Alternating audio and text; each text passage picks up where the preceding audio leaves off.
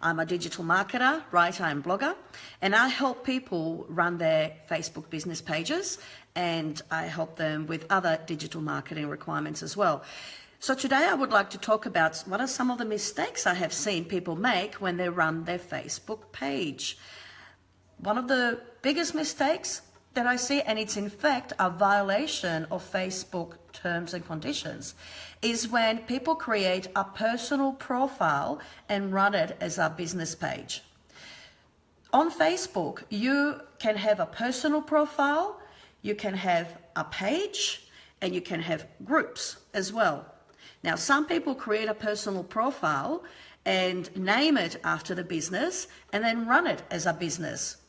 So this means that when people search for them, they will find them under the business name, and they have to ask to become their friends in order to see the posts. Now, this is actually against Facebook terms and conditions, and they can shut you down anytime. So if you want to run a business page, you need to actually set up a business page.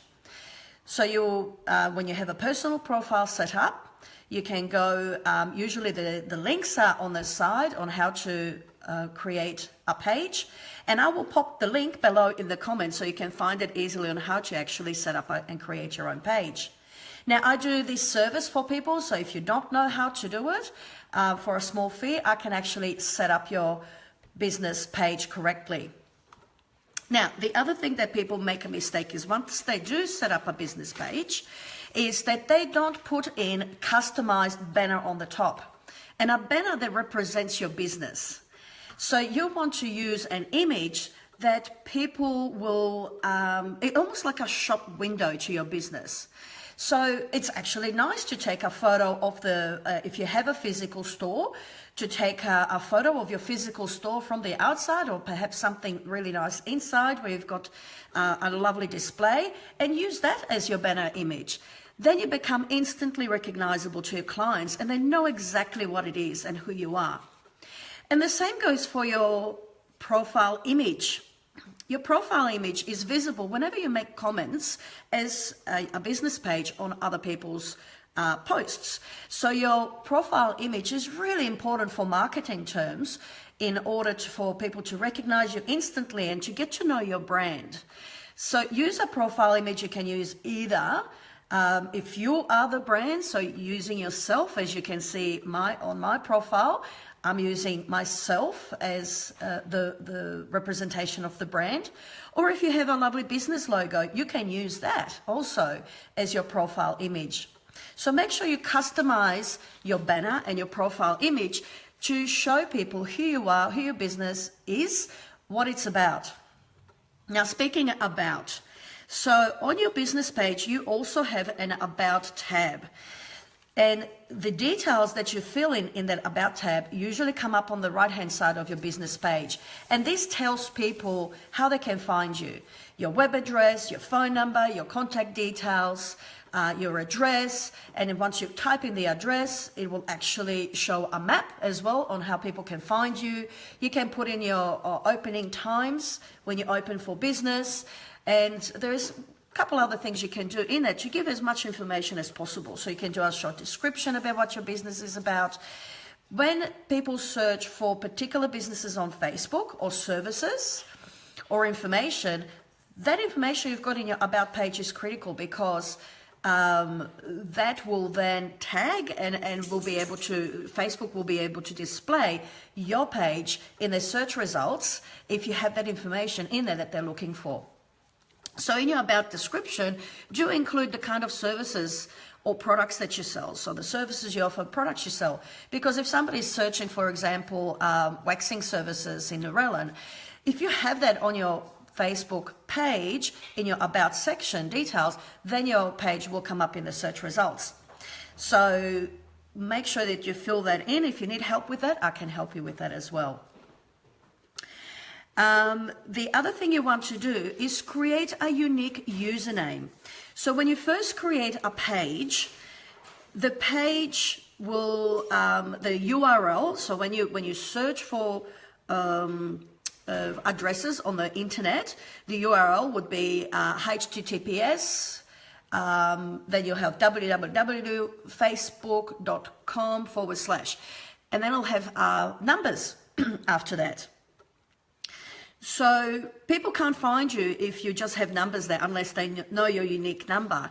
What you can actually do is go to the settings on your, or even in the about section of your business page. You can actually insert a unique name in there so people can find you by your name. So instead of having numbers under in the search results, or sorry, in the search bar, you will have an address that you can give people where they can find your page. So it'll, for example, one of the pages I run is the beauty business. So the URL for my Facebook business page is www.facebook.com/the beauty business. I can put that on my business cards, I can put it on my marketing material, and people can find me really easily. When they're in Facebook and you have this search bar in the Facebook when you can look for things, you don't have to put the full address in there. You just put the username in there. So people, if they type in the beauty business, then Facebook will display my page. So you can find me nice and easily. So make sure that you have a unique username and also a unique URL where you can point and direct your clients and your customers to. Now, the other thing that I find when people posting is the type of content that they post on their Facebook page. Facebook wants to make the user experience pleasurable for the clients, for Facebook users. They want them to stay on Facebook. So they want to display content to them that the people on Facebook want to see. And that's the thing you need to be aware of. You need to post things that people want to see. How can you give value to your fans, to your clients, your customers on Facebook or any social media really, but we're talking specifically Facebook today? How can you add value? What kind of post should you be using that people actually like, and they like and comment and perhaps share? It's really important to understand that the type of content you post will affect the success of your business page. Because the more people like, comment and share, the more Facebook will show your posts to other people to invite them in so that they can like your page and follow you and become your fan. So what kind of things do people like? Now, I tend to specialize in the beauty business, or any service industry. So if you're in the service industry, you want to be talking about what you can offer to your clients. What solutions do you have for their problems? Now, the biggest mistake a lot of small businesses make is they constantly putting on their Facebook page promotions. Constant promotions, 20% off this, half price this, discount this. When you are overly salesy and overly promotional, Facebook actually has keywords in their algorithm. And if they see sale, discount, and some other words, and I'll pop some of the words that I have learned that actually demote your posts. So Facebook won't show those posts because they think, well, their experience is people don't want to see those posts. They don't give really value to that. They don't entertain, inform, inspire, engage the clients. It's really in your interest that you're doing that because you're promoting your business. So if you want to get people engaged on your Facebook page, you need to give value. Share your wisdom, share your expertise, share some of the things that behind the scenes, photos, images, videos of your business and the things you do. Now, in the beauty business, before and afters are fantastic. Clients love seeing that. With hair, or just if you're in a hairdresser and you've done a wonderful hairstyle, you can take a photo of that. People love seeing that because that inspires them, gives them ideas about the things that they want to do with their own hair. In the beauty business, we see a lot of popular posts of before and after eyebrows, whether they're designed, they're waxed, they're shaped, they're threaded, or they're tattooed or bladed. They love seeing the before and after. Makeup, They love seeing makeup photos as well. Even before and after is even better. So these kind of posts will reach your fans organically, so you don't have to pay for them. And the more they like it, the more Facebook thinks, oh, people love this post, let's share it to others and see if other people, you know, this page is great, let's get more people onto this page because we want to keep Facebook users happy. All right, so take photos of your business. If you're got a lovely display in your shop, take a photo of that and pop it up, and in a conversational, social way, talk about, look at this wonderful display we've done. We were inspired by, rather than saying sale, sale, sale, these items are on sale, because the minute you mention sale, that's it. That post won't be shown.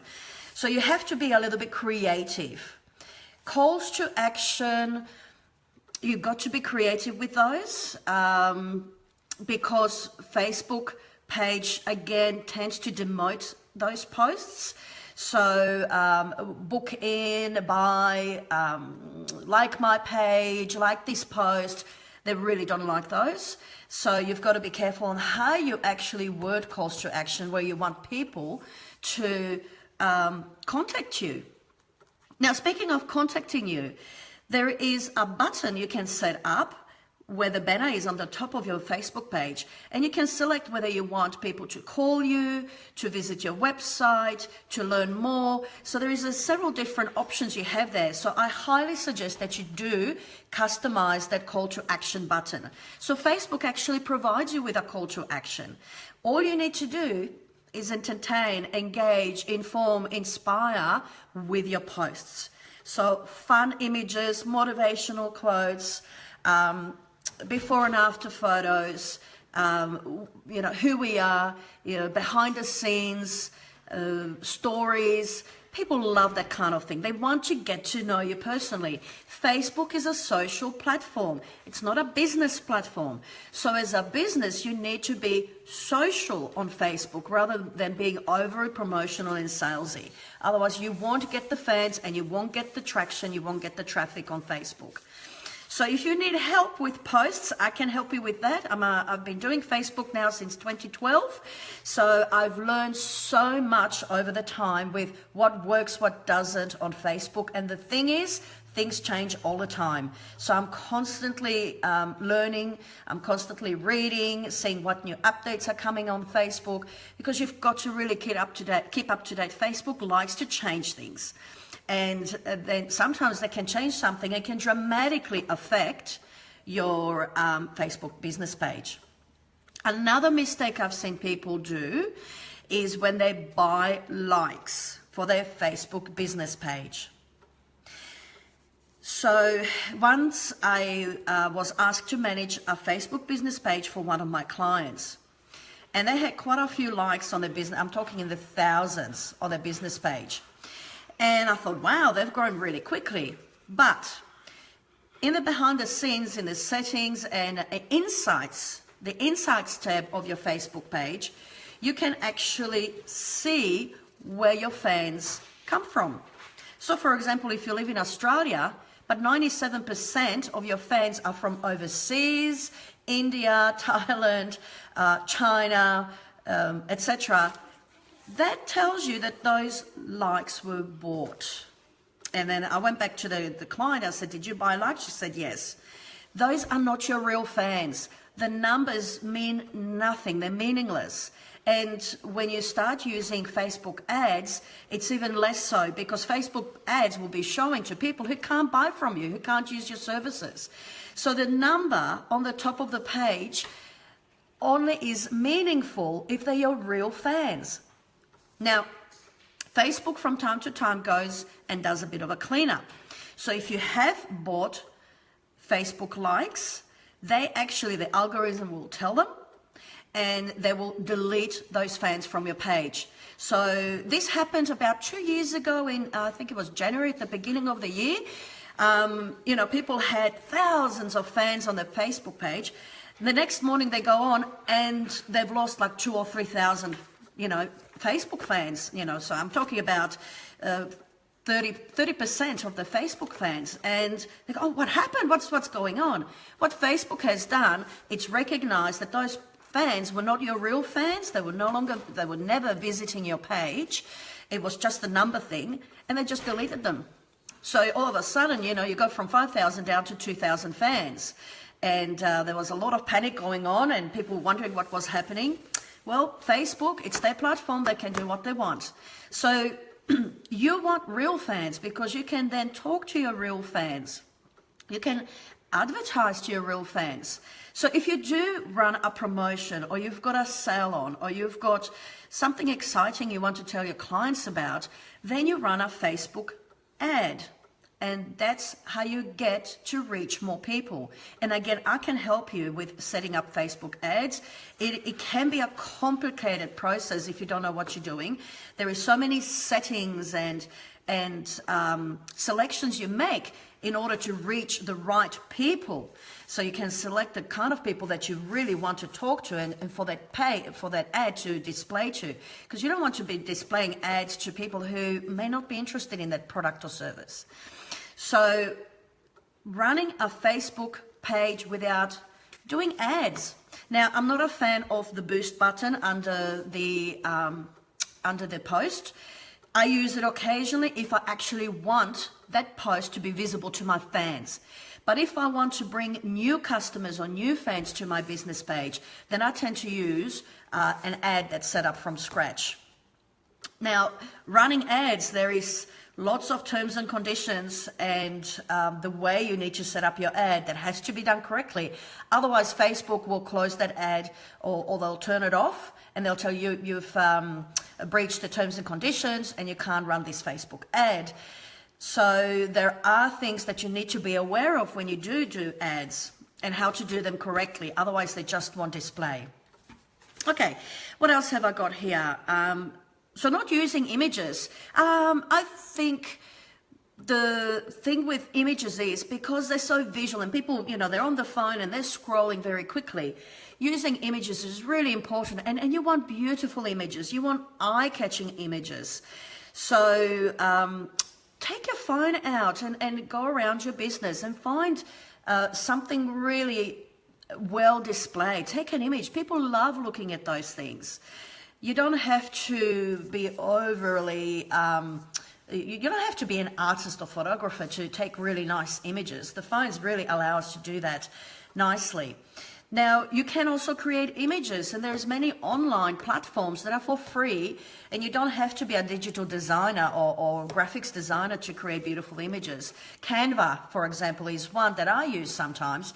I tend to use more Photoshop because I'm trained in Photoshop, and I have a much more customization to that. But if you're not trained in Photoshop and you're not, it's a fairly complicated software to use, so you have to have training.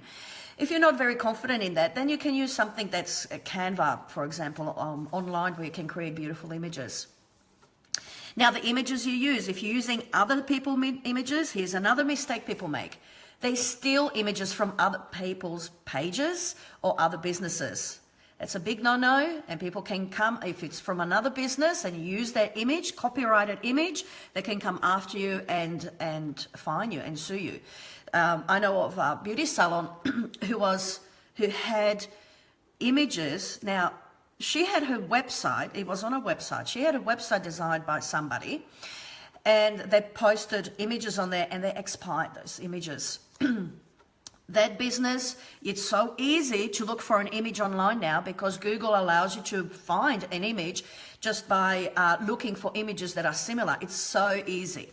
So all they did is a search online for images that matched the image that they had posted, and that's how they found her online. And she got fined $800, $899 for using those images without permission. So you've got to be very careful. there are places where you can get royalty-free images and you can use them free. Now, I use Pixabay, and I'll pop that in the comments below. It's fantastic for sourcing royalty-free images, and you're free to use it. As long as you don't produce a product and put it on the product packaging, then that's a different thing. But using it on your website, in social media, you're absolutely fine to use it. You can use it on posters you print to market your products and services in the business. You can use royalty-free images. So you need to check the licensing of the images you use, so be careful. It's best to use your own images, create your own images. That's the really safest way to go. But Pixabay.com is really good for royalty-free images. Now, the other thing that I find people make a mistake of when they're running their Facebook page is they don't post regularly enough. You need to, if you're serious about promoting your business on a Facebook page, you need to engage with your client on a regular basis. And for most small businesses, twice a week is best. Some find daily postings works for them. Others find daily posting is too much for the clients. Clients don't like that too much, too many posts. So you've got to find your balance. But I've found twice a week is perfect. Being there twice a week, and when you make a post and somebody comments on it, go back in and have a conversation, a discussion with them. So if they said, love this image, you can just go back and say, we're so pleased you liked it. Thanks for your comments. Or just make some kind of an engagement with your followers, because they love that kind of thing. All you can do is just like the comment, so they know that you've seen it, and they're more likely than in the future to do it again. So you want to encourage your people that follow you to like, share, and comment on your pages. So respond to them when they do. Take the time to do that. So post regularly, and make sure that you do engage with your clients once they've actually taken the time to comment on your page or on your post. So these are some of my tips that I wanted to share with you. There is lots of other things that we can talk about, but I'm not going to take up too much of your time today. You can always come back and watch this video again. I'm going to keep it up here. And if you would like some assistance and help in setting up a Facebook page or managing your Facebook page or your social media, developing a social media strategy, I'm here to do that. I love doing digital marketing. It's something that I've been doing for several years now, probably 5 years now, and I've learned a lot, so I can share all the different things that I've learned with you to help you succeed with running your Facebook page. If you have any questions, pop them in the comments below. You can also visit my website is janaelston.com. I'll pop the link below, or you can find it on my page. You can send me an email if you have any questions, or direct message me anytime. Thanks very much. Have a fabulous weekend, and I'll see you next time. Bye for now.